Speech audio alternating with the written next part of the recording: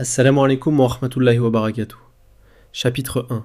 Avant la tempête, la lumière d'un homme choisi. Au nom d'Allah, le tout miséricordieux, le très miséricordieux. Imaginez un homme à qui tout avait été accordé. Une richesse immense, des terres à perte de vue, une famille unie, respectueuse et aimante, ainsi qu'une réputation si grande que son nom résonnait dans toute la région. Pourtant, malgré l'abondance qui l'entourait, son cœur n'était attaché ni à l'or, ni aux biens, ni aux honneurs des hommes. Là où beaucoup s'accrochent aux apparences de ce monde, lui s'attachait uniquement au souvenir d'Allah. Et même lorsque les jours sombres approchèrent, alors que tout commençait à vaciller autour de lui, il continua à lever les mains avec reconnaissance. Voici l'histoire du prophète Ayoub, alayhi salam, un homme dont la patience secoua les cieux et dont l'amour sincère pour Allah illumina les instants les plus obscurs. Mais avant que ne viennent les grandes épreuves, il y eut les faveurs. Avant la douleur, il y eut la douceur. Avant la perte, il y eut une vie remplie de lumière. Bien avant la naissance du prophète Mohammed, paix et bénédiction sur lui, près de 2000 ans auparavant, dans une région connue sous le nom de Haran, proche de la Grande Syrie, vivait un homme hors du commun. Cet homme se nommait Ayoub, alayhi salam. Allah l'avait choisi parmi les siens et l'avait élevé au rang de prophète. Sa vie n'était pas seulement remarquable par les bénédictions qu'il possédait, mais surtout par la manière dont il y répondait. Il ne les accueillait pas avec arrogance, ni avec vanité, ni avec l'illusion qu'elle venait de lui-même. Il les recevait avec une gratitude profonde, constante, sincère, comme un serviteur qui sait que tout bienfait provient uniquement de son Seigneur. Allah lui avait accordé une richesse immense. Ses terres étaient vastes, fertiles, généreuses et s'étendaient jusqu'à l'horizon. Il possédait d'innombrables troupeaux de chameaux, de vaches, de moutons et de chevaux. Ses champs étaient cultivés avec soin, ses récoltes abondantes, et de nombreux ouvriers travaillaient sous sa responsabilité. Sa demeure était grande, fréquentée, vivante, et des serviteurs s'y occupaient des tâches du quotidien. Pourtant, malgré toute cette abondance, personne ne se sentait rabaissé en sa présence, car le prophète Ayoub, alayhi salam, n'avait rien d'un homme orgueilleux. Sa grandeur ne se mesurait pas à ce qu'il possédait, mais à son humilité. Plus Allah lui donnait, plus il s'inclinait. Plus ses biens augmentaient, plus sa reconnaissance grandissait. Allah lui avait également accordé 12 fils vertueux. Ils aimaient profondément leurs parents, les respectaient avec sincérité et participaient à la vie de leur foyer avec noblesse. Ils aidaient à entretenir les terres, à surveiller les animaux, à soutenir l'œuvre de leur père et à servir autour d'eux avec droiture. Leur présence apportait encore davantage de joie à cette maison bénie. Et à côté d'Ayoub, alayhi salam, se trouvait son épouse noble et fidèle, Rahima, une femme pure, forte, digne, issue de la noble lignée du prophète Youssouf, alayhi salam. Elle était sa compagne dans les jours faciles comme dans les jours difficiles, bien avant que les grandes épreuves ne commencent. Elle partageait sa foi, son calme, sa pudeur et sa confiance en Allah. Leur maison, à Haran, n'était pas seulement une demeure de richesse, c'était un refuge. C'était un sanctuaire pour les faibles, les oubliés et les nécessiteux. Les voyageurs y trouvaient l'hospitalité, les orphelins y recevaient de quoi vivre, les veuves y trouvaient un soutien, les malades y obtenaient aide et réconfort. Les pauvres ne repartaient jamais les mains vides. Celui qui franchissait leurs portes ne rencontrait ni froideur, ni jugement, ni humiliation. Il rencontrait miséricorde. Quand les gens parlaient du prophète Ayoub, alayhi salam, dans les marchés et les assemblées, Il ne disait pas seulement qu'il était riche, il disait qu'il était une miséricorde envoyée par Allah. chaque matin, il se levait avant le soleil. Avant même que la lumière du jour ne touche les terres qu'Allah lui avait confiées, il se tenait en prière. Dans la prosternation, il pleurait. Il murmurait des paroles de louange à celui qui lui avait tout donné. Sa langue ne cessait pas de glorifier son Seigneur. Son cœur n'oubliait jamais d'où venait le bien qu'il possédait. Après l'aube, il se rendait auprès de ses ouvriers, traversait ses champs, observait les besoins de sa famille et de sa communauté. Il veillait à ce que personne autour de lui ne manque de l'essentiel. Il ne se contentait pas de posséder, il servait. Il ne se contentait pas de donner quand cela l'arrangeait. Il donnait avec amour, avec spontanéité, avec sincérité. Lorsque la saison des récoltes arrivait et que les granges se remplissaient, Il offrait une grande partie de ce qu'il avait récolté. Il ne cherchait ni éloge, ni réputation, ni retour. Il ne voulait ni être applaudi, ni être remarqué. Il donnait pour plaire à son Seigneur. Il disait souvent « À quoi sert la richesse si elle ne sert pas celui qui nous l'a donnée ?» Ces paroles ne sortaient pas d'un homme qui récite de belles phrases. Elles sortaient d'un cœur vivant, profondément conscient qu'aucune provision ne dure sans la bénédiction d'Allah. Les enfants couraient vers lui avec joie. Les veuves retrouvaient le sourire lorsqu'il approchait. Les pauvres ressentaient de l'espoir simplement parce qu'ils savaient qu'il habitait près d'eux. Sa présence apportait la baraka. Son comportement faisait paraître les rois petits, car eux possédaient parfois le pouvoir, mais lui possédait la lumière. Ceux qui l'observaient voyaient en lui l'exemple d'un homme que les biens de ce monde n'avaient pas corrompu. Ils voyaient une âme paisible, un serviteur reconnaissant, un prophète sincère. Mais alors que les hommes admiraient sa vie, quelque chose d'autre se préparait, loin de leur regard. Car parfois, quand une foi brille trop fort dans un monde rempli d'insouciance, les ténèbres commencent à s'agiter. L'ennemi le plus dangereux n'est pas toujours celui qui frappe immédiatement. Parfois, c'est celui qui observe de loin, qui attend, qui guette, non pas parce que vous avez mal agi, mais justement parce que vous avez fait ce qu'il fallait. Et lorsque la sincérité d'un serviteur devient éclatante, cela attise la haine de celui qui ne supporte pas de voir un cœur attaché à Allah. Shaitan ne s'intéressa pas à Ayoub alayhi salam à cause d'un péché. Il ne vint pas vers lui à cause d'une faute. Il s'approcha de lui à cause de son adoration. Dans un monde où tant de cœurs s'éloignaient, il y avait cet homme qui continuait à se prosterner, les larmes aux yeux, dans la gratitude la plus pure. Il y avait cet homme qui, malgré la richesse, n'avait pas oublié son Seigneur. Et cela, Shaitan ne pouvait le supporter. Pendant des années, il observa le prophète Ayoub alayhi salam. Il le vit vivre dans la pureté, dans la reconnaissance, dans le rappel constant d'Allah. Il le vit résister à ses insinuations. Il tenta de faire entrer dans son cœur l'amour excessif des biens, mais Ayoub remerciait encore plus Allah. Il souffla la tentation, mais le prophète répondait par le dhikr. Il essaya d'instiller le doute, mais Ayoub cherchait refuge auprès de son Seigneur. Chaque tentative échouait. Chaque ruse se brisait contre un cœur ferme.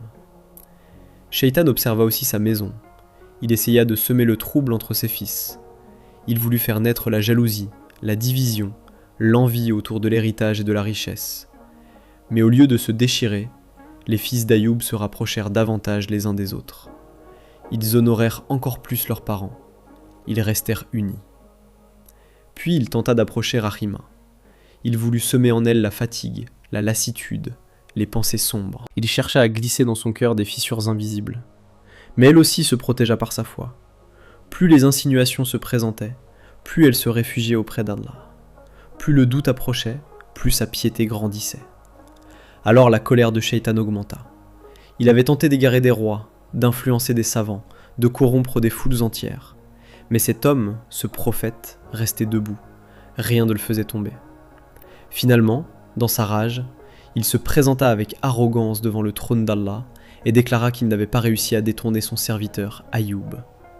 Et lorsqu'il lui fut demandé pourquoi, il répondit avec amertume que tout autour d'Ayoub n'était que bénédiction, une grande richesse, des terres fertiles, des animaux nombreux, une épouse fidèle, des enfants vertueux. Il insinua alors que cette reconnaissance n'était due qu'à l'aisance. Selon lui, si ses bienfaits disparaissaient, Ayoub cesserait de louer son Seigneur. Mais Allah, dans sa science parfaite, connaissait la vérité du cœur de son prophète. Ce qui allait suivre n'était ni une punition, ni un abandon. C'était un honneur immense. Ayoub alayhi salam n'allait pas seulement être connu comme un homme comblé de faveurs. Il allait devenir, par la volonté d'Allah, un exemple éternel pour l'humanité entière. Un signe vivant que la foi véritable ne dépend pas de l'abondance. Une preuve que l'amour d'Allah peut demeurer intact, même quand tout s'écroule. Et pourtant, au moment où cette décision fut permise, Ayoub alayhi salam n'en savait rien. Il continua à prier comme chaque jour. Il continua à sourire aux nécessiteux. Il continua à remercier son Seigneur, sans imaginer qu'une tempête silencieuse venait d'être déclenchée. Une tempête qui n'allait pas frapper d'un seul coup, mais avancer lentement, comme une ombre sur le pays. Une tempête qui allait emporter ce que les hommes considèrent comme le plus précieux. Une tempête qui laisserait derrière elle la perte, le silence, l'isolement et la douleur. Mais une chose ne pourrait jamais être arrachée, sa foi. Car bientôt, très bientôt, les premières bénédictions commenceraient à disparaître. Et c'est précisément là, au moment où tout allait basculer, que la grandeur d'Ayoub alayhi salam commencerait vraiment à apparaître. Chapitre 2. Quand les bénédictions commencent à disparaître. La tempête n'arrive pas toujours avec fracas. Parfois, elle s'approche en silence. Elle avance lentement, presque invisiblement, comme une ombre qui s'étend sur une terre encore paisible. C'est ainsi que commencèrent les épreuves du prophète Ayoub alayhi salam. Elles ne débutèrent ni par le feu, ni par le bruit des armes, ni par le sang. Elles commencèrent par la perte. Une perte progressive, lourde, répétée. Une perte qui aurait écrasé la plupart des hommes. Mais certains cœurs sont bâtis comme des montagnes. Ils restent fermes, enracinés dans le rappel d'Allah, même lorsque tout autour d'eux commence à s'écrouler. Après les années de paix, de générosité et de gratitude, vint le moment où les premières faveurs qu'Allah lui avait accordées commencèrent à lui être retirées. Non pas parce qu'il avait désobéi, non pas parce qu'il avait oublié son Seigneur, mais parce qu'Allah voulait faire de lui un signe pour les générations à venir, un exemple vivant de patience, de soumission et de confiance absolue. Le monde allait bientôt découvrir qu'il est facile de louer Allah dans l'aisance, mais que la vraie grandeur se révèle lorsque les biens disparaissent, lorsque les gens s'éloignent, lorsque le cœur est éprouvé. Ce matin-là, dans le pays de Haran, tout paraissait encore calme. Le ciel était clair, l'air paisible, et le prophète Ayoub alayhi salam marchait à travers ces terres comme il l'avait fait tant de fois auparavant. Il observait ces animaux qui paissaient tranquillement. Il voyait ces champs s'étendre devant lui. Ses ouvriers le saluaient avec respect. Les enfants couraient dans l'herbe. Rien, à cet instant, ne semblait annoncer le début de la catastrophe. Et pourtant, ce qui avait été décrété par Allah allait maintenant commencer à se manifester. Soudain, un homme arriva en courant. Son visage était pâle, son souffle était court. Sa voix tremblait sous le choc.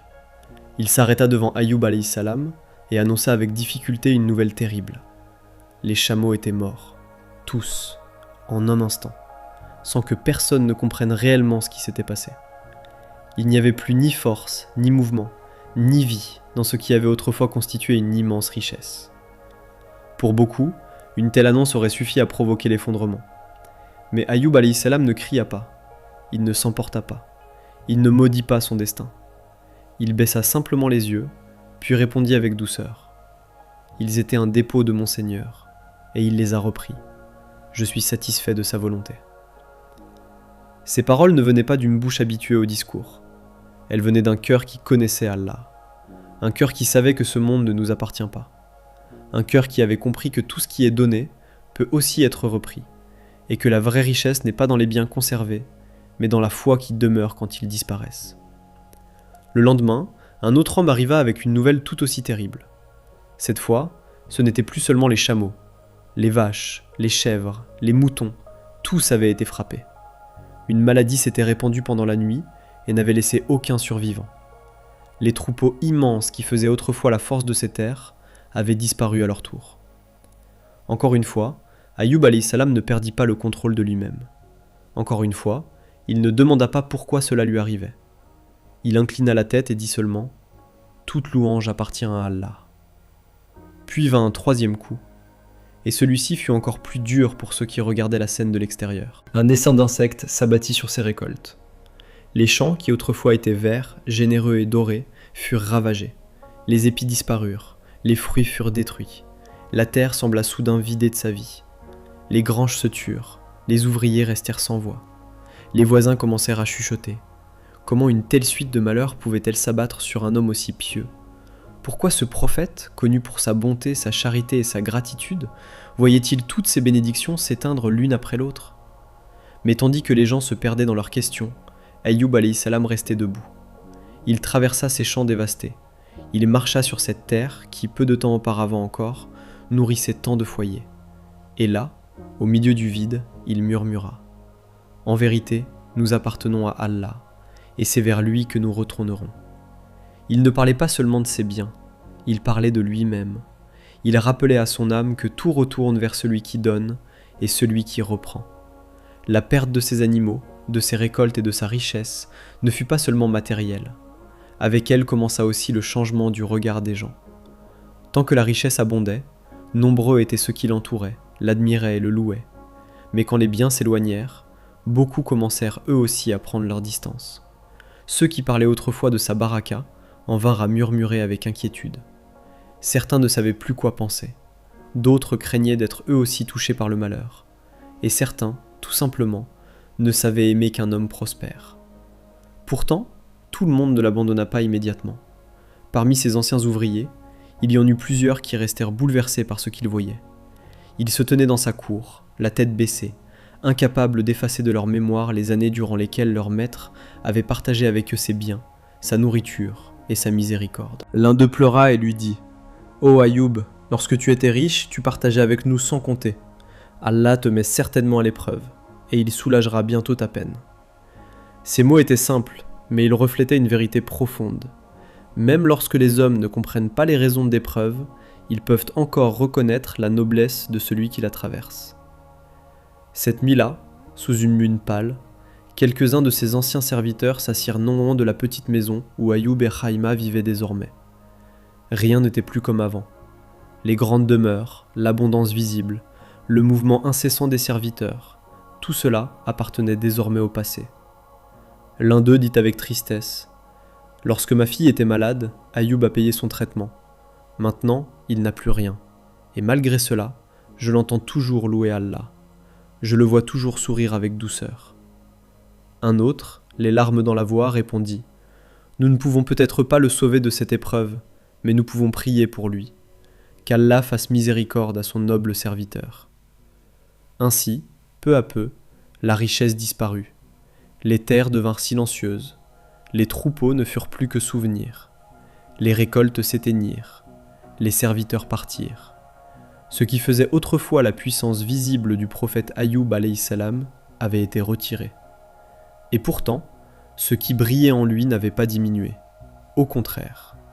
Plus les biens s'en allaient, plus sa sincérité devenait évidente.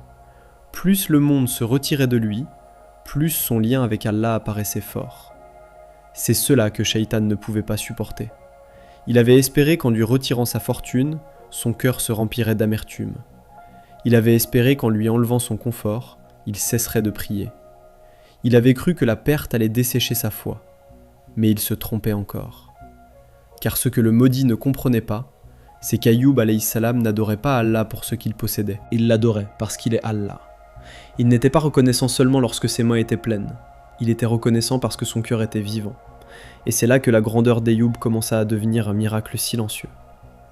Beaucoup d'hommes semblent forts tant ils tiennent debout dans l'abondance, mais il suffit que leurs biens disparaissent pour que leur patience s'écroule. Ayoub, lui, marchait au milieu de la ruine en répétant les paroles du Tawhid. Il traversait la perte comme d'autres traversent un simple changement de saison. Non pas parce qu'il ne ressentait rien, mais parce que sa confiance en Allah était plus grande que son attachement à ce qui avait été perdu. Cependant, l'épreuve n'avait pas encore atteint son sommet. Ce qui venait de se produire était déjà immense, mais ce n'était encore que le début. Ce n'était encore que les premières vagues d'une mer plus violente. Le retrait de la richesse, des terres et du bétail n'était qu'une étape. Un cœur ordinaire aurait déjà été brisé. Mais Ayoub alayhi salam, lui, tenait encore. Il priait encore. Il remerciait encore. Il vivait encore dans la soumission. Alors Shaitan, voyant que toutes ces pertes n'avaient pas suffi, entra dans une colère plus profonde. Il avait pris les biens. Il avait vu les terres se vider. Il avait regardé l'homme d'Allah perdre tout ce qui faisait sa puissance apparente. Et pourtant, il n'avait obtenu ni plainte, ni révolte, ni éloignement. Le prophète restait ferme. La lumière dans son cœur n'avait pas diminué. Le maudit comprit alors qu'il devait frapper plus loin, plus durement, plus cruellement encore. Car il restait à Ayoub alayhi salam quelque chose que même la plus grande perte matérielle ne pouvait remplacer. Il lui restait sa famille. Il lui restait ses fils. Il lui restait l'amour de sa maison. Et c'est précisément là que la prochaine blessure allait tomber. ce que la perte des richesses n'avait pas réussi à faire, Shaitan allait maintenant tenter de l'obtenir en visant ce qu'il y avait de plus cher dans le cœur d'un père. Et ce qui allait suivre serait si douloureux que même ceux qui entendaient cette histoire des générations plus tard sentiraient leur poitrine se serrer. Chapitre 3. L'épreuve qui brise les cœurs. Lorsque les richesses disparaissent, la douleur est réelle. Mais lorsque ce sont les enfants qui disparaissent, la douleur devient presque impossible à porter. Car un père peut reconstruire des terres, il peut racheter des troupeaux, il peut rebâtir une maison détruite, mais rien ne peut remplacer un enfant. Après la perte de ses biens, de ses animaux et de ses récoltes, le prophète Ayoub alayhi salam vivait désormais dans une simplicité extrême. Les terres qui résonnaient autrefois de vie étaient devenues silencieuses. Les champs autrefois remplis d'ouvriers étaient désormais vides. Les voix joyeuses avaient disparu. Pourtant, au milieu de cette pauvreté nouvelle, une chose continuait d'apporter de la lumière à sa maison, ses enfants. Ses 12 fils étaient encore là. Ils représentaient l'espoir, la continuité, la joie restante dans un foyer qui avait déjà tant perdu. Même si la richesse n'existait plus, même si la nourriture était devenue rare, leur présence suffisait à réchauffer le cœur de leurs parents. Mais Shaitan l'observait. Il avait déjà arraché la fortune du prophète. Il avait détruit ses terres. Il avait vidé ses troupeaux. Et pourtant, Ayoub continuait à se prosterner. Il continuait à remercier Allah. Il continuait à murmurer le nom de son Seigneur dans l'obscurité de la nuit. La rage du maudit grandissait. Un jour, entouré de ses disciples parmi les djinns, il déclara avec colère : « Nous avons pris sa richesse, ses terres, ses animaux, et pourtant il ne s'est pas éloigné de son Seigneur. » L'un de ses partisans répondit alors : « Mais il a encore sa famille, ses fils l'aiment, sa maison est encore remplie de leur présence. Si nous lui prenons ses enfants, alors son cœur se brisera. » Un silence lourd s'installa, puis Shaitan sourit. Un nouveau plan venait de naître. Le maudit prit alors l'apparence d'un parent éloigné, un homme bienveillant, respectable, quelqu'un dont la présence ne susciterait aucun soupçon. Il se rendit à la maison d'Ayoub et frappa à la porte. Rahima ouvrit. Son visage portait les marques de la fatigue et des épreuves. Mais son regard restait noble, digne et rempli de foi. L'homme parla avec douceur. « Ô Rahima, je sais que votre famille a traversé beaucoup d'épreuves. Permets-moi aujourd'hui d'inviter tes fils à partager un repas chez moi. Ils ont tant souffert ces derniers temps. Laisse-moi leur offrir un moment de joie. » Rahima resta silencieuse un instant. Ses enfants avaient faim depuis des jours. Leur rire s'était fait rare. Leur jeunesse portait déjà le poids des difficultés. Alors elle accepta. Elle ne savait pas. Elle ne pouvait pas savoir que cette invitation était un piège. Les 12 fils d'Ayoub partirent ensemble ce jour-là. Ils marchaient côte à côte, riant doucement, heureux à l'idée de manger un vrai repas. Pour la première fois depuis longtemps, leur visage était lumineux. À l'intérieur de la maison, une table avait été dressée. La nourriture était abondante. Les enfants commencèrent à manger avec joie, remerciant Allah pour cette bénédiction inattendue. Mais à l'extérieur, le ciel changea. Les nuages s'assombrirent. Le vent commença à hurler. Sur l'ordre de Shaitan, un puissant djinn frappa les fondations de la maison. Les murs tremblèrent. Les poutres craquèrent. Les enfants se regardèrent, effrayés. Puis tout se produisit en un instant. Le toit s'effondra. La maison s'écroula. La poussière envahit l'air. Et en quelques secondes, le silence remplaça les rires. Les 12 fils d'Ayoub alayhi salam avaient disparu. Un homme qui avait assisté à la catastrophe courut vers le prophète. Son visage était blême, son souffle saccadé, son cœur brisé par ce qu'il venait de voir. Il arriva devant Ayoub alayhi salam et cria : « Ô Ayoub, la maison, tes fils, ils sont tous morts, aucun n'a survécu. » Le temps sembla s'arrêter. Le monde devint silencieux. Ayoub resta immobile. Ses yeux se fermèrent. Ses lèvres tremblèrent. Ses épaules se soulevèrent lentement sous le poids de la nouvelle. Un père venait d'apprendre que tous ses enfants avaient quitté ce monde. Pour la plupart des hommes, un tel choc aurait provoqué la colère, le cri, le désespoir. Mais Ayoub alayhi salam baissa la tête. Des larmes montèrent à ses yeux. Puis il prononça doucement : « En vérité, nous appartenons à Allah, et c'est vers lui que nous retournerons. » Pas un mot de révolte, pas une plainte, pas une accusation. seulement la soumission. Shaitan observait la scène. Son visage se tordit de rage. Ses mains se crispèrent. Comment cet homme pouvait-il encore remercier Allah après avoir tout perdu? Il avait perdu sa richesse, il avait perdu ses terres, il avait perdu ses animaux, et maintenant, ses enfants. Mais Ayoub resta ferme. Il leva les mains vers le ciel et dit avec une voix remplie de foi: « Ô mon Seigneur, tu m'as donné ces enfants, tu m'as honoré par leur présence, et aujourd'hui, tu les as rappelés vers toi.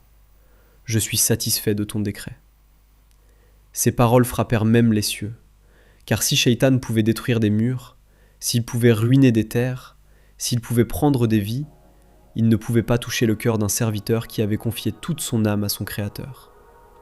Et pourtant, même après une épreuve aussi terrible, l'histoire n'était pas terminée.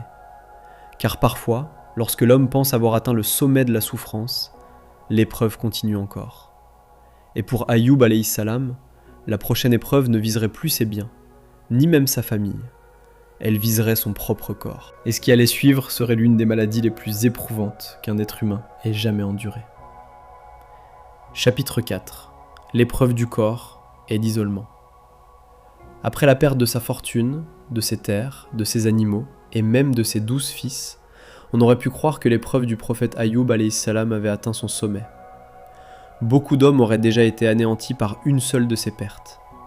Mais parfois, les tempêtes ne s'arrêtent pas après la première vague. Parfois elles continuent, encore et encore, jusqu'à ce que le cœur révèle toute la profondeur de sa foi. Shaitan observait toujours. Il avait vu les richesses disparaître. Il avait vu la maison d'Ayoub se vider. Il avait vu les enfants être rappelés vers leur Seigneur. Pourtant, le prophète alayhi salam continuait à prier.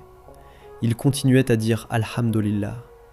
Il continuait à lever les mains vers le ciel avec reconnaissance.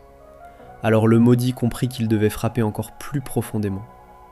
Il avait touché les biens, il avait touché la famille, mais il restait encore une chose, le corps du serviteur d'Allah. Avec la permission d'Allah, Shaitan déclencha alors une nouvelle épreuve, une maladie comme on en avait rarement vu. Tout commença discrètement. Une petite blessure apparut sur la jambe d'Ayoub. Au début, cela semblait insignifiant, une simple plaie, comme il peut en arriver à n'importe quel homme.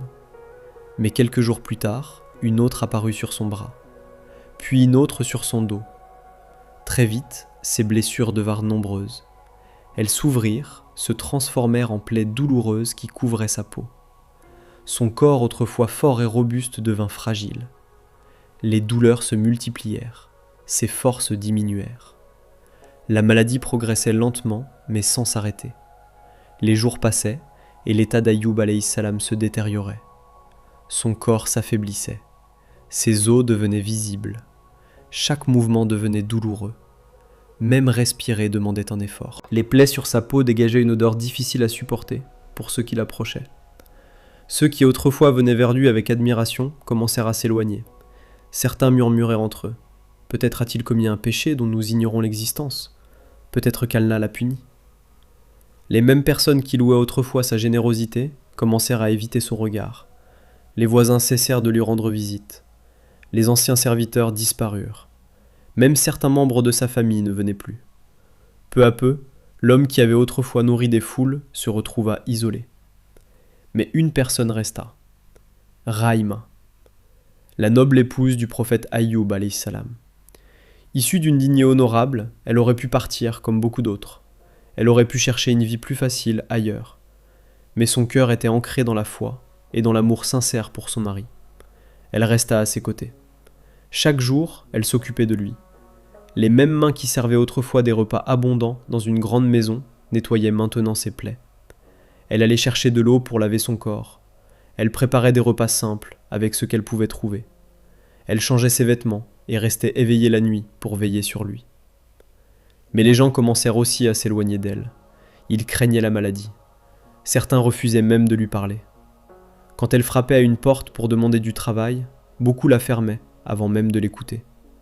Pourtant, elle ne se plaignait pas. Elle cachait sa tristesse et sa fatigue. Elle acceptait de petits travaux dans des maisons où personne ne connaissait son identité. Elle nettoyait, cuisinait, lavait les vêtements des autres. Avec le peu d'argent qu'elle gagnait, Elle achetait un peu de nourriture, parfois seulement un morceau de pain et un bol de soupe. Puis elle rentrait vers son mari. Et chaque fois qu'elle arrivait avec quelque chose à manger, Ayoub lui demandait doucement « D'où vient cette nourriture ?»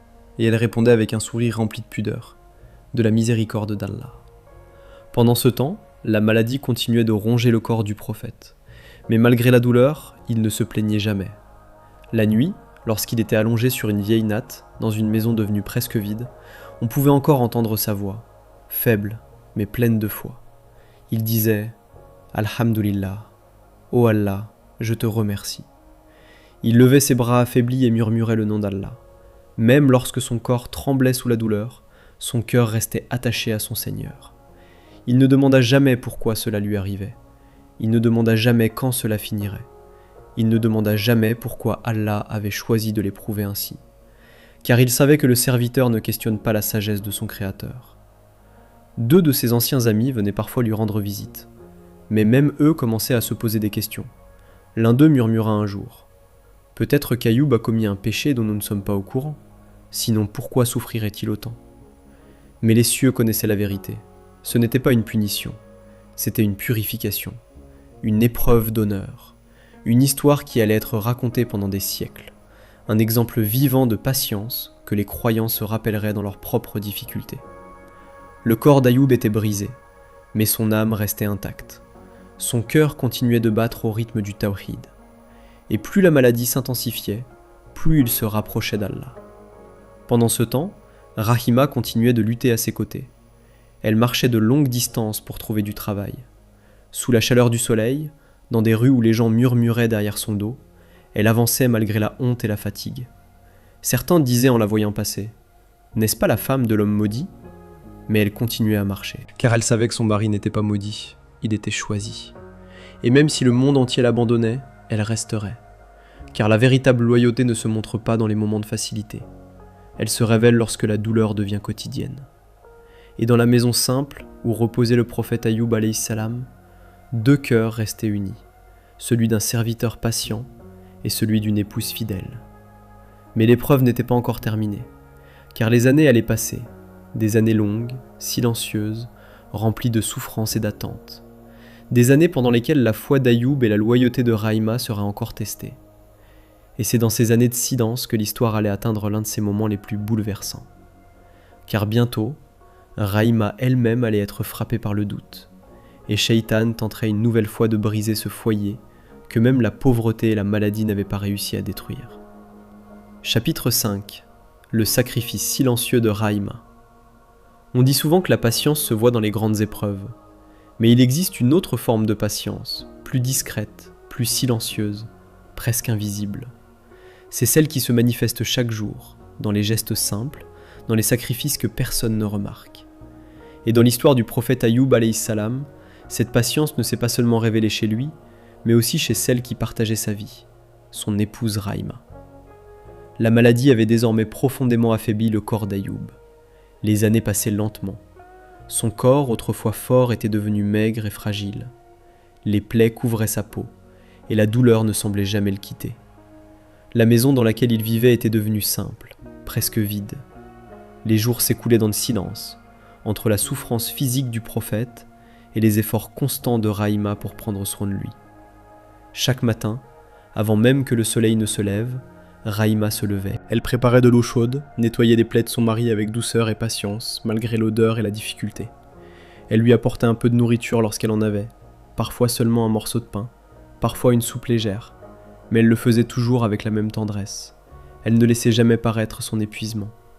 Pourtant, la fatigue était immense. Elle marchait de longues distances pour chercher du travail. Elle frappait à des portes, demandant humblement si quelqu'un avait besoin d'aide. Dans certaines maisons, on acceptait de lui donner de petites tâches, nettoyer un sol, laver des vêtements, préparer un repas. Dans d'autres, on lui fermait la porte au visage. Les gens la regardaient parfois avec méfiance. Ils murmuraient entre eux. N'est-ce pas la femme de l'homme malade ? Celui qui a perdu toutes ses richesses ?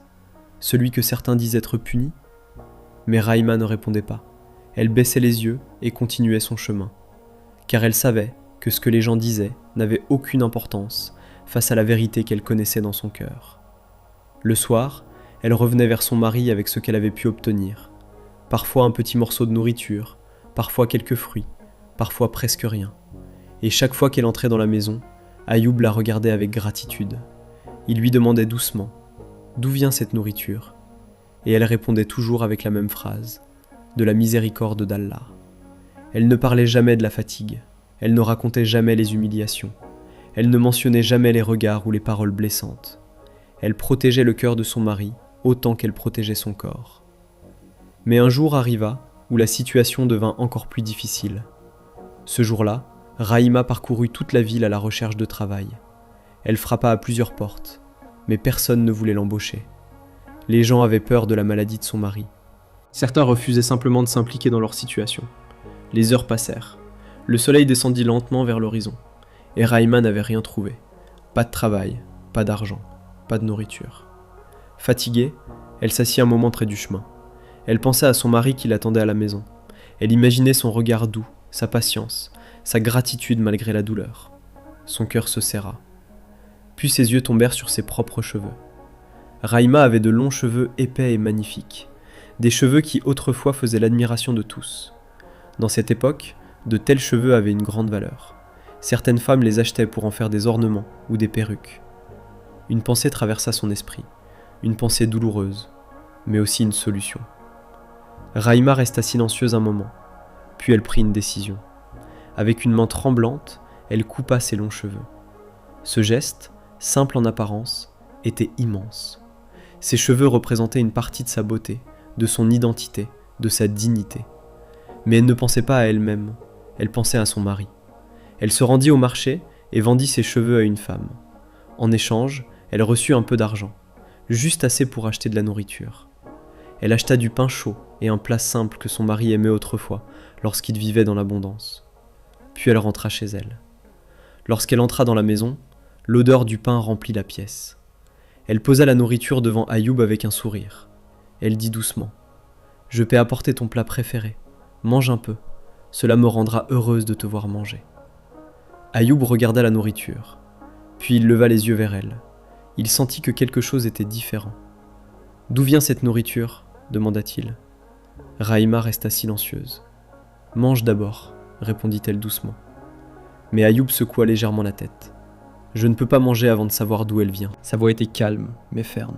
« Rahima, dis-moi la vérité. » Elle baissa les yeux. « S'il te plaît, mange pour moi. » Alors Ayoub se redressa légèrement malgré la douleur. « Rahima, dis-moi d'où vient cette nourriture. » Les larmes montèrent aux yeux de Rahima. Elle resta silencieuse. Puis lentement, avec une main tremblante, elle retira son voile. Et Ayoub comprit immédiatement. Ses cheveux avaient disparu. Le prophète resta immobile. Il ne regardait pas seulement son apparence, il comprenait le sacrifice. La femme qui vivait autrefois dans une grande maison, qui possédait des serviteurs, qui était entourée de respect, venait de vendre sa propre beauté pour lui acheter un repas. Et pour la première fois depuis le début de son épreuve, Ayoub alayhi salam pleura. Des larmes coulèrent sur son visage. Il tendit la main et prit celle de son épouse. Puis il murmura avec émotion « Tu as sacrifié tant de choses pour moi. Comment pourrais-je un jour te rendre un tel amour ?» Rahima répondit doucement à travers ses larmes « Je veux seulement rester à tes côtés.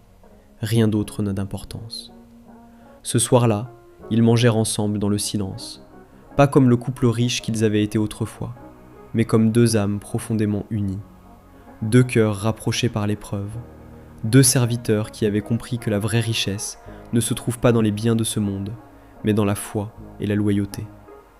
Mais malgré cet amour immense et cette patience extraordinaire, les années continuaient de passer. Et après tant d'années de souffrance, un moment de faiblesse allait enfin apparaître. Car même les cœurs les plus forts peuvent trembler. Et c'est précisément ce moment que Shaitan attendait depuis longtemps. Chapitre 6. 18 années de silence et la guerre des murmures. Les grandes épreuves ne se mesurent pas seulement par leur intensité, mais aussi par leur durée. Une douleur passagère peut être supportable, mais lorsque les années passent et que la souffrance continue, lorsque chaque jour ressemble au précédent et que rien ne semble changer, alors même les cœurs les plus forts peuvent commencer à trembler. Pour le prophète Ayoub alayhi salam et son épouse Rahima, les années s'écoulèrent lentement. La maladie du prophète sallallahu alayhi ne disparut pas. Son corps restait fragile, marqué par les plaies et la faiblesse. La pauvreté ne quittait pas leur maison, et les gens continuaient de les éviter. 18 années passèrent ainsi. 18 longues années de patience, de solitude, de travail difficile et de douleur. Rahima avait donné tout ce qu'elle possédait. Sa richesse avait disparu depuis longtemps. Ses beaux cheveux avaient été vendus. Ses mains étaient devenues rugueuses à force de travailler. Son corps était fatigué. Son visage portait les traces des années. Mais ce qui lui faisait le plus mal n'était pas sa propre fatigue. C'était de voir l'homme qu'elle aimait dépérir lentement. Chaque jour, elle voyait son mari allongé sur une vieille natte. Chaque jour, elle voyait son corps affaibli, sa peau marquée par la maladie. Et pourtant, malgré tout cela, Ayoub alayhi salam continuait à remercier Allah. Jamais il ne se plaignait. Jamais il ne demandait pourquoi cette épreuve lui était arrivée. Jamais il ne remettait en question la sagesse de son Seigneur. La nuit, lorsqu'il levait les mains pour prier, Rahima l'entendait encore murmurer « Alhamdulillah ». Mais un soir, après tant d'années de souffrance, la fatigue pesa plus lourd sur son cœur. Elle était assise à côté de lui. Dans ses mains, elle tenait un linge humide avec lequel elle essuyait doucement son front. La lumière dans les yeux d'Ayoub était toujours présente, mais sa voix était devenue très faible. Rahima sentit une douleur profonde dans sa poitrine. Elle avait été forte pendant tant d'années, mais ce soir-là, son cœur trembla. C'est alors que Shaitan s'approcha. Pas avec violence, pas avec la force, mais avec ce qu'il utilise le mieux, les murmures. Il ne parla pas à haute voix, il parla dans son cœur, d'une voix douce et trompeuse. Tu as tout donné, ta richesse, ta beauté, ta force. Rahima essaya de chasser cette pensée. Elle récita le zikr, mais le murmure revint. Regarde ton mari, il souffre, et ton Seigneur reste silencieux. Elle secoua la tête, elle ne voulait pas écouter, mais les paroles continuaient. Quel genre de Seigneur laisse ses serviteurs les plus fidèles souffrir pendant 18 années? Une larme coula sur sa joue.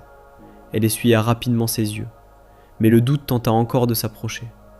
Où sont les jours heureux? Où sont les rires de tes enfants?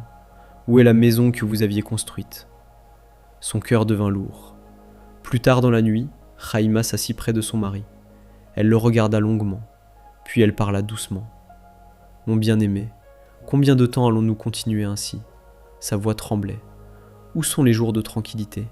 La maison que nous avions, les enfants que nous avons élevés ?» Elle baissa les yeux, puis elle murmura. « Pourquoi ne demandes-tu pas à Allah de te guérir ?» Un long silence suivit, le silence de quelqu'un qui réfléchit profondément. Puis Ayoub alayhi salam tourna lentement la tête vers elle. Son regard était rempli de douceur. Il ne se mit pas en colère, il ne reprocha rien à son épouse. Au contraire, il comprenait sa fatigue. Avec une voix calme, paisible et remplie d'amour, il lui posa une question. « Rahima, pendant combien d'années avons-nous vécu dans l'aisance et la bénédiction ?» Elle réfléchit un instant. Puis elle répondit « 80 ans ». Il continua doucement. « Et depuis combien d'années sommes-nous dans l'épreuve ?» Elle murmura « 18 ans ». Alors un léger sourire apparut sur le visage d'Ayoub. Puis il dit « Ne devrais-je pas être patient au moins aussi longtemps que j'ai été béni ?» Ces paroles pénétrèrent le cœur de Rahima. Il continua « J'ai honte de demander à Allah de lever cette épreuve avant d'avoir montré la même patience que la gratitude que je lui ai témoignée pendant les années de facilité. » Les yeux de Rahima se remplirent de larmes. À cet instant précis, les murmures de Shaitan disparurent. Ils furent écrasés par la foi immense du prophète. Car même dans un moment de faiblesse, même lorsque son cœur tremblait, Rahima savait où se trouvait la vérité. Elle regarda son mari, et elle comprit. Ce n'était pas seulement un homme malade, c'était un serviteur choisi, un homme dont la patience était devenue une lumière. Shaitan avait encore perdu. Car il avait tenté de briser le cœur du prophète. Il avait tenté de briser la maison, mais il n'avait réussi qu'à rendre leur foi encore plus forte. Et pourtant, après 18 années de patience, après 18 années de silence, un moment allait bientôt arriver. Un moment où Ayoub alayhi salam, pour la première fois, allait lever les mains vers le ciel et adresser une demande à son Seigneur. Pas une plainte, pas une révolte, seulement quelques mots. Mais ces mots allaient ouvrir les portes d'un miracle que le monde n'oublierait jamais. Chapitre 7. la prière qui ouvrit les cieux. Certaines invocations sont prononcées avec la langue, d'autres sortent du cœur après des années de silence. Et lorsque cette invocation est sincère, pure et remplie de patience, elle ne se perd jamais. Elle traverse les cieux, dépasse les nuages et atteint celui qui entend tout. Pendant 18 longues années, le prophète Ayoub alayhi salam avait supporté la douleur sans jamais se plaindre. Il avait perdu ses richesses, ses terres, ses troupeaux, ses serviteurs et même ses enfants. Son propre corps était devenu fragile, marqué par la maladie et la faiblesse. Et pourtant, pendant toutes ces années, il n'avait jamais demandé à Allah de mettre fin à son épreuve. Mais un jour arriva où la douleur devint plus intense encore. La respiration elle-même devint difficile. Ses forces étaient presque entièrement parties. Le silence qui entourait leur petite maison semblait plus lourd que jamais. Les oiseaux eux-mêmes ne s'approchaient plus de cet endroit isolé. La terre, autrefois pleine de vie autour de Haran, était devenue calme, presque immobile. Au milieu de ce silence reposait Ayoub alayhi salam. Son corps était maigre, ses plaies couvraient sa peau, mais son cœur restait attaché à Allah. Rahima était assise près de lui. Elle le regardait avec un mélange de tristesse et d'amour. Elle avait été forte pendant tant d'années.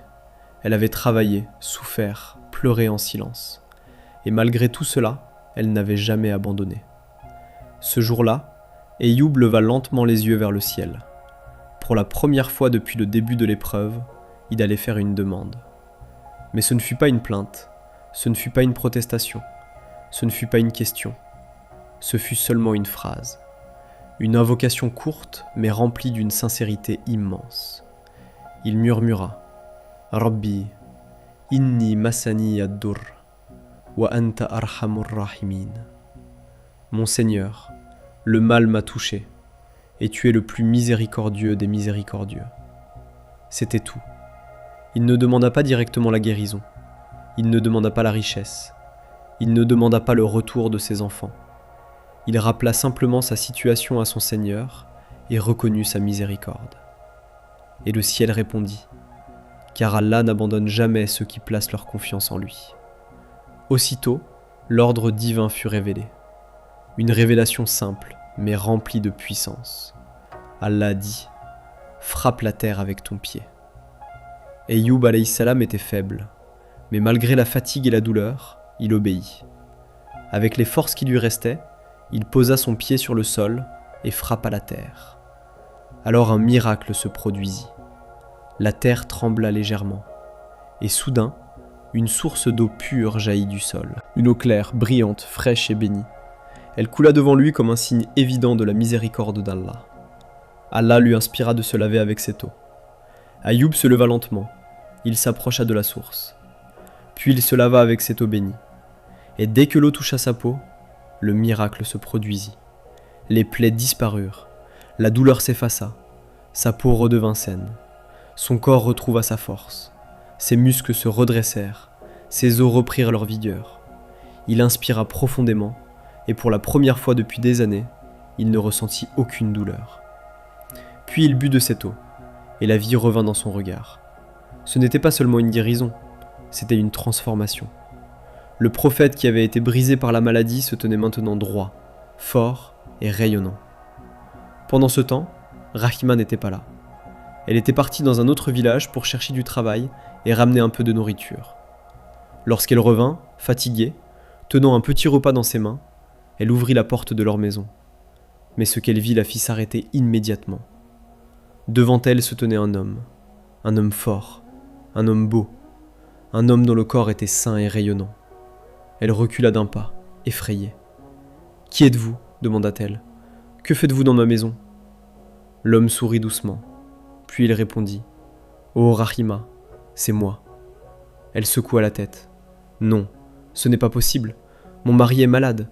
Il est allongé, il est mourant. » L'homme s'approcha un peu plus, puis il répéta doucement « Rahima, c'est moi, Ayoub. » Elle resta immobile. Ses mains commencèrent à trembler. Ses yeux s'ouvrirent largement. Puis la nourriture tomba de ses mains. Les larmes montèrent immédiatement à ses yeux. « Allah !» Elle courut vers lui.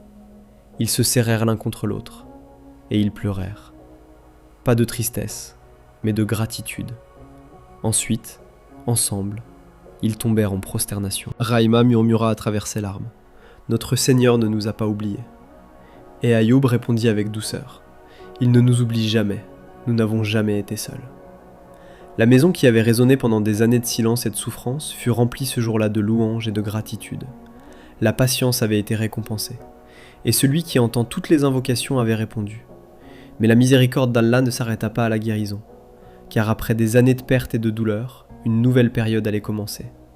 Une période de bénédiction si grande que même ceux qui connaissaient l'histoire d'Ayoub en resteraient émerveillés. Chapitre 8. Quand la miséricorde d'Allah dépasse toute imagination. La guérison du prophète Ayoub alayhi salam fut déjà un miracle immense. Après 18 années de souffrance, de maladie et d'isolement, son corps avait retrouvé sa force, sa peau était redevenue saine et la douleur avait disparu. Mais ce que peu de gens savaient encore, c'est que la miséricorde d'Allah ne s'arrêta pas à cette guérison.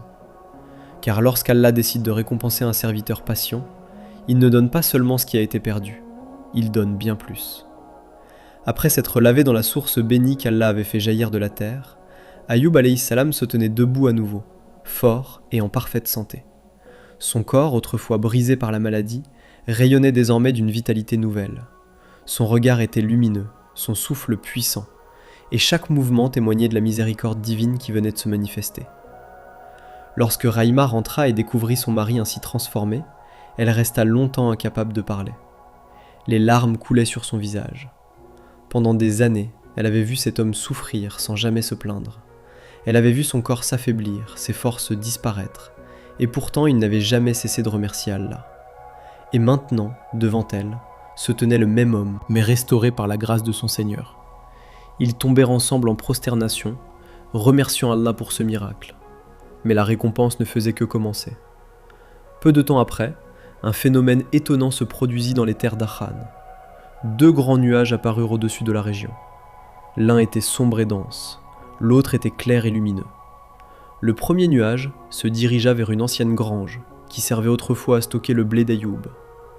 Cette grange avait été presque vide pendant des années, mais soudain, une pluie étrange commença à tomber depuis ce nuage. Ce n'était pas de l'eau, c'était une pluie de grains dorés. Les grains tombèrent du ciel comme une bénédiction. Ils remplirent la grange, couvrant le sol et remplissant les récipients comme si les années de famine n'avaient jamais existé. Puis le deuxième nuage se déplaça vers le grenier, où l'orge était autrefois conservée. Et là aussi, une pluie se déversa. Mais cette fois, les grains brillaient comme de l'argent. Chaque récipient fut rempli, chaque coin du grenier fut couvert. La terre qui avait été silencieuse pendant des années retrouvait maintenant l'abondance. Les habitants d'Akhan entendirent parler du miracle. La nouvelle se répandit rapidement. Ayoub est guéri, Allah l'a guéri. Les gens commencèrent à venir voir par eux-mêmes. Ils arrivèrent de villages voisins, de marchés lointains, curieux de découvrir ce qu'il s'était réellement passé. Et ce qu'ils virent les laissa sans voix. L'homme qu'ils avaient autrefois vu malade et abandonné par la société se tenait maintenant droit devant eux. Son visage était lumineux, son corps était fort. Mais ce qui les impressionna le plus n'était pas sa guérison, c'était son cœur.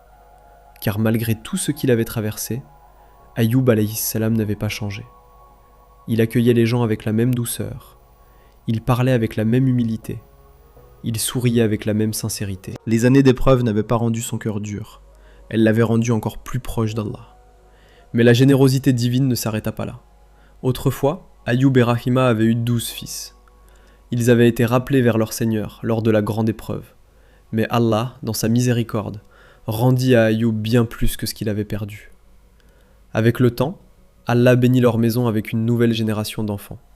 Ils eurent 24 enfants, des enfants forts, pieux et beaux. Leur maison autrefois silencieuse se remplit à nouveau de rire. Les pas des enfants résonnaient dans la cour, les voix joyeuses remplissaient les pièces. Parmi ces enfants se trouvait celui qui deviendrait plus tard le prophète Dhul-Kifl. Rahima regardait ses enfants avec émerveillement. Elle se souvenait des années de silence, des jours de faim, des nuits de larmes. Et maintenant, la maison était pleine de vie.